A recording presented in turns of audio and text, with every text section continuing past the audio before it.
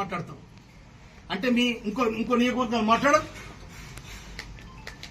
అందుకోసమనే రేవంత్ రెడ్డి గారి ప్రజాపాలనలో రేవంత్ రెడ్డి గారు చేస్తున్న ప్రజాపాలన కోసం ఒక్కరు మాట్లాడరు. రేవంత్ రెడ్డి గారు చేస్తున్న సంక్షేమ పథకాల కోసం ఒక్కరు మాట్లాడరు. రేవంత్ రెడ్డి గారు మాడే తీయరు. బడుగు బలహీన వర్గాలు ఉద్యమాలు చేసిన తుంగతుర్తి పోరాటాల గడ్డ. ఈ పోరాటాల గడ్డలో తెలంగాణ పోరుబిడ్డ మందల స్వామి అంటాడు ఖబర్దార్. మాకు గాని ఉన్నాయి. ఒకటి లంబడోళ్ళకి ఇవ్వాలి, ఒకటి యాదవులకి ఇవ్వాలి. ఒకటి గిరిజన మంత్రి సీతక్క ఉంది ఆదివాసి బిడ్డ. ఇంకొకటి ఇలా ఎస్టీ నుంచి లంబాడ జాతి నుంచి వాళ్ళు కూడా ఇవాళ ఎమ్మెల్యే గెలుచున్నారు.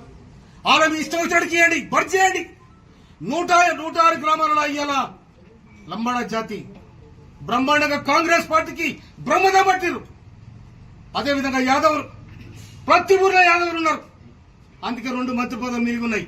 కనుక వాళ్ళకోటి ఇవ్వాలని చెప్పి నేను రాష్ట్ర ప్రభుత్వానికి, ముఖ్యమంత్రి గారికి, సోనియా గాంధీ గారికి, రాహుల్ గాంధీ గారికి, ఖర్గే గారికి నేను అప్పీల్ చేస్తా ఉన్నా. నేను ఇవాళ నన్ను ఈ నియోజకవర్గానికి నాకు చెప్పకుండా నా ప్రోటోకాల్ను, నా హక్కులను హరించినందుకు నేను ఖర్గేకు, రాహుల్ గాంధీ కూడా నేను కంప్లైంట్ చేస్తాను కూడా మనం చెప్తున్నాను. అందుకోసమనే నేను మీ కాళ్ళ చేతులలో కాలు పట్టుకొని నిలబట్టుకొచ్చాడు కాదు. నేను కష్టజీవిని, తెలంగాణ పోరాటయోధుడు. నేను తిండి లేక తిప్పలేక తెలంగాణ సోనియా గాంధీ ఇచ్చింది కాబట్టే ఇలా హీరోలమైన, లేకపోతే అంత జీరోలే. అందుకోసమనే సోనియా గాంధీ ఎందుకోసం ఇచ్చింది? మా మీద పెత్తనం చేయాలని మీకు ఇయ్యలే. మీ అంతా మీరు బతుకుని మీ రాజ్యం మీరు చేసుకోండి. వాడు ఎస్సీలు ఉంటే వానికి ఎవరికి అవకాశం వాడు చేసుకోమని చెప్పారు. కానీ ఇలా మా మీద మీ పెత్తనం ఏంటి? మా మీద మీదులు ఏంటిది? మండలపాడు నేను 9 మంది మండల పార్టీ అధ్యక్షుల అభిప్రాయం తీసుకొని ప్రకటించిన నిన్ను ఆపితాము. నీకెక్కడిది? ఎవరిచ్చి నీకు అధికారం?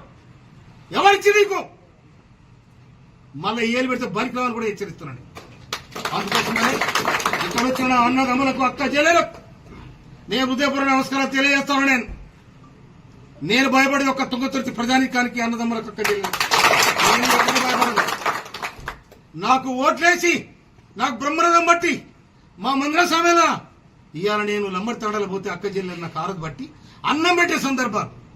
నేను బాడీలో పోతుంటే అరే సామేళన పోతున్నా అని చెప్పి నాకు చందాలు ఇచ్చిన అక్క చెల్లెలు వాళ్ళు ఇచ్చిన పైసలు దాచిపెట్టుకోరు. నేను కనుక ఈ విధంగా ఆచరించిన ప్రజానికానికి నేను భయపడతా, వాళ్ళకు పాదమని చెప్తాను. కానీ ఎవడో వచ్చి ఎల్లయ్య తోక ఒప్పితే నేను భయపడే ప్రసక్తి లేదు. ఈ తోకలు గీకలు నాకేం చేస్తలేవు.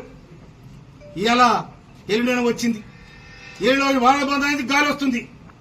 ఈ తుంగతుర్తికి ఎక్కడి నుంచో అడవైన గాలి కూడా వస్తుంది. తుంగతుర్తికి ఎక్కడి నుంచో అడవైన గాలి, చీపురు బొంతలు, చీపురు కట్టలు యాంచలు వస్తున్నాయి. ఆ అగ్గిపుల్ల తీసి పెడతానని కూడా తెలుసు.